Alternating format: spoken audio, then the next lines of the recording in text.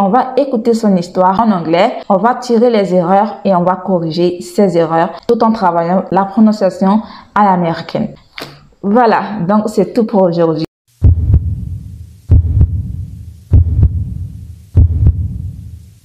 Hi guys, I hope you are fine. So welcome to this channel. Share it to your friends. What are you waiting for? Alors, voici comme promis le challenge YouTube. J'avais prévu jouer plusieurs sons en même temps, c'est-à-dire vous faire entendre plusieurs voix en même temps, mais j'ai constaté que si je le fais ainsi, la vidéo elle sera trop longue au fait. Du coup, pour la raccourcir, j'ai décidé de prendre une vidéo à la fois. Et bien évidemment, il y a seulement 2 d'entre vous qui ont été capables de m'envoyer leur vidéo. La première voix sera jouée dans cette vidéo et la prochaine dans la partie 2 de YouTube Challenge. Ok? So, let's get started. Mais avant de commencer, si c'est la première fois que tu découvres cette chaîne, je suis Alida Ntaye. Je suis ton coach en anglais et je t'apprends à parler l'anglais américain. Pour de vrai. Et je suis ivoirienne, du coup africaine, du coup tout le monde est bienvenu au fait. Pour ceux qui veulent vraiment aller loin, réussir à bien travailler ta prononciation et être capable de parler l'anglais américain, vous êtes libre de visiter ma page YouTube afin de m'écrire via le lien qui va vous conduire sur mon WhatsApp si vous êtes prêt à payer un coaching privé. Je dis bien pour un coaching privé. Et si tu trouves mes vidéos vraiment utiles, que tu n'as pas envie d'être égoïste, alors partage à d'autres personnes. Nous pouvons commencer. Durant cette vidéo, on va d'abord écouter la voix de notre ami et on va écouter son histoire qu'il nous raconte en anglais. On va tirer les erreurs et on va corriger ces erreurs tout en travaillant la prononciation à l'américaine. C'est parti. Let's go. Good morning. My name is Karim Traoré. I'm a student. The story marking my life is I had lunch of to participate in an interview. It was for me the ideal opportunity to give a job. The day of interview, I'm dressing very well and I'm leaving to my apartment. The department RH came. Hello, Mr. Traoré, can you come? Me? Yes. Okay. I'm sent up and I'm following the RH department woman. So, Mr. Traoré, can you introduce yourself in English? Oh, in English? Allah. Very, very difficult to speak in English. Ah, okay, man. You tried. Okay, I'm going to try. I tried to speak in English little, but I saw it bad. The Mrs. tell this is marking my life because I will have to do many or much with what I have went to winner. Mr. Traoré, you can speak French.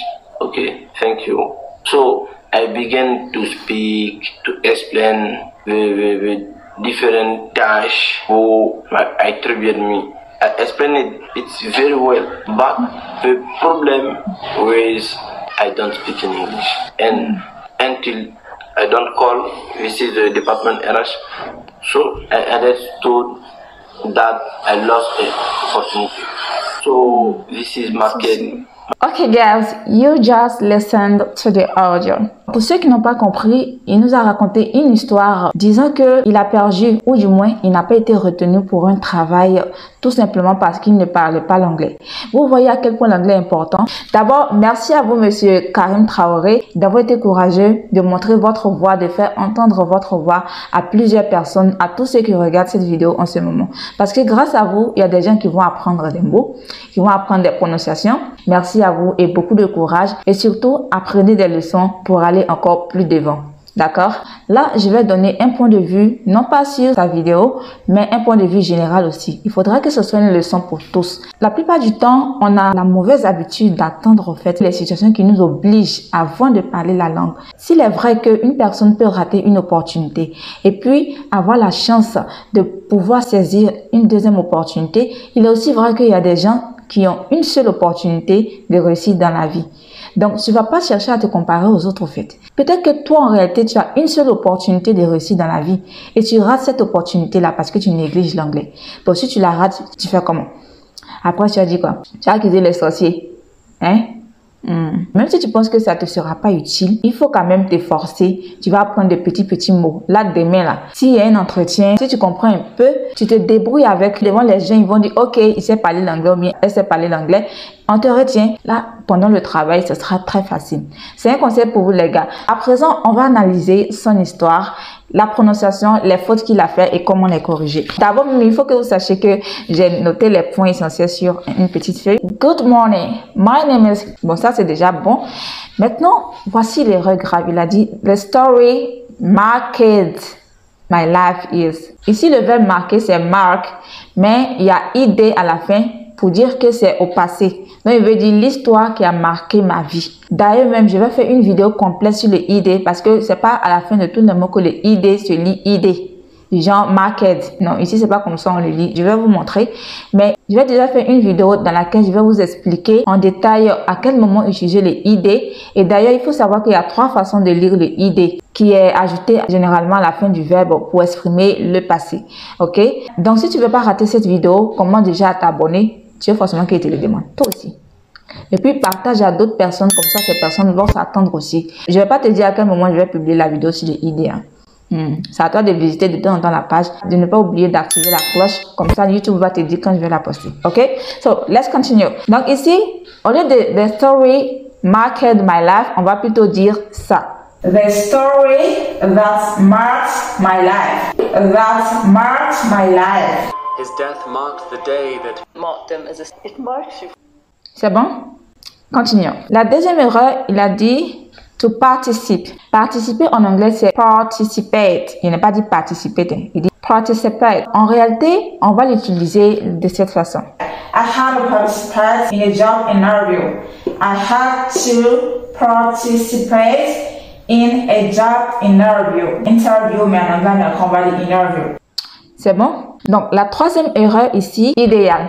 En réalité, le mot idéal et le mot opportunité, voici comment on les prononce. It was an ideal. your ideal. This seemed like ideal. He has this ideal of Opportunity for me to get a job. An ideal opportunity. Opportunity, c'est pas opportunity. Opportunity. Opportunity. A-R-E-I. Opportunity. The opportunity to grow and this opportunity to work on. It was an ideal opportunity for me to get a job. On the day of the interview, on the day of the interview, I was well dressed. I was well dressed. Ici, c'est pas well dressed. Le id devient tard. On the day of the interview, I was well dressed. Donc, au lieu de dire interview tout le temps pour dire entretien d'embauche, on peut dire aussi maintenance. Non, c'est pas maintenance, c'est maintenance. On the day of the maintenance, I was well dressed. Ok? C'est bon? C'est pas parce qu'en français on dit le RH qu'en anglais on va dire le RH. En anglais c'est l'inverse. En réalité, c'est ça. The HR, c'est pas human resources. Human resources. Ici, si c'était pas plus, on a dit resource. The HR came. Comme je l'ai déjà dit, en anglais, on va dire HR.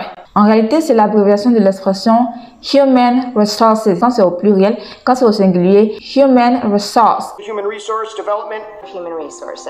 Get it? On va faire une pause. Attendez.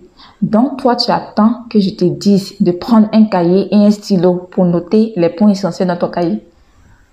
I followed the HR woman. C'est pas woman. I got up. C'est pas I got up. En anglais américain, le O ici c'est up. Quand on fait la liaison de got et puis up, ça fait got up. Au lieu de dire I'm stand up là, au passé, ici on va dire I got up. Ou bien I stood up. Parce que le verbe stand, son passé c'est stood. Soit I got up, soit I stood up. Ok? La prononciation correcte du mot try et du mot introduce. Ça là, c'est pas introduce, c'est introduce. Introduce, ok? Ça c'est pas try. Les gars, ça là, c'est pas try. Ça c'est dit try. Tu vois, le to et puis le ro là, ça fait comme Par exemple, tu dis true. Par exemple, I'm gonna try something. Or I want to try. Ok? Et ça, I tried. Donc, ici, c'est le verbe to try qui veut dire essayer. Ici, c'est au passé. Donc, c'est pas I tried. C'est pas parce qu'on dit c'est au passé qu'on va mettre Y avant de mettre le ED. I tried to speak in English little by little. Okay? Donc, en réalité, je ne sais pas ce qu'il voulait dire par I really have to do many, etc. Mais j'ai compris un peu le contexte. Du coup, voilà ce qu'il voulait dire en réalité. So, it marked my life because I had to put in a lot of effort to be a winner. It marked my life because I had to put in a lot of effort to be a winner. Ici, vous allez me dire, mais pourquoi je ne dis pas put in? Donc, quand tu dis put in, là, tu vas voir que c'est vilain. Donc, on dit put in, et puis tous tes nerfs vont sortir là. Tu dis put in. C'est fini. En réalité, quand tu fais la liaison du put et du in, le T se retrouve entre deux voyelles. Le you et le I devient the. Really put in a lot of effort. C'est bon? Continuons. Pour ceux qui ne savent pas, winner, ça veut dire gagnant. Winner. I'm a winner. I'm a winner. Je suis une gagnante. Ou bien tu pensais que genre au féminin on dit I'm a winnery. Ou bien I'm a oui quoi. C'est bien sûr. Faut pas y avoir mal à la tête à cause de toi. On continue.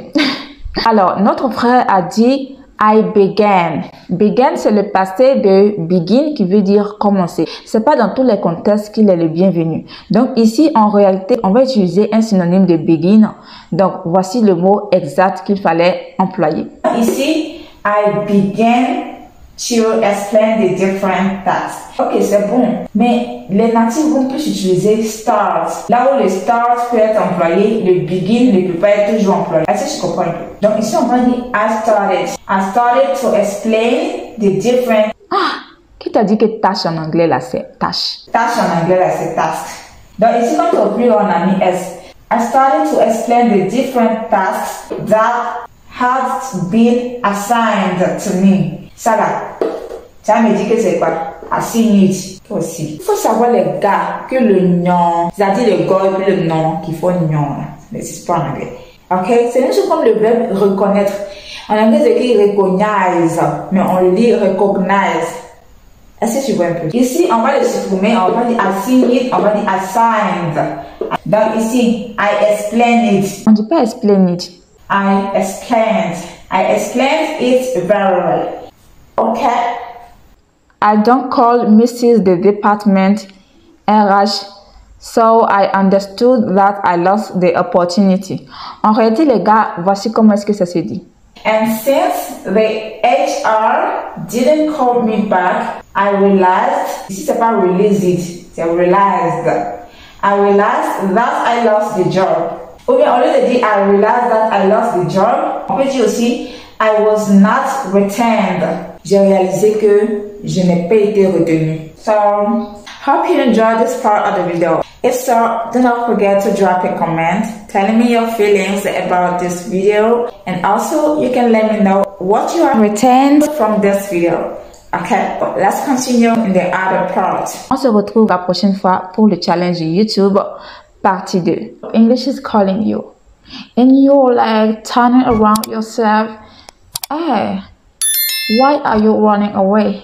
Just take it. What are you waiting for? Hope you liked this video. Hope you enjoyed it. If so, do not wait for me to tell you to share. Okay? Just do it. Voilà, donc c'est tout pour aujourd'hui.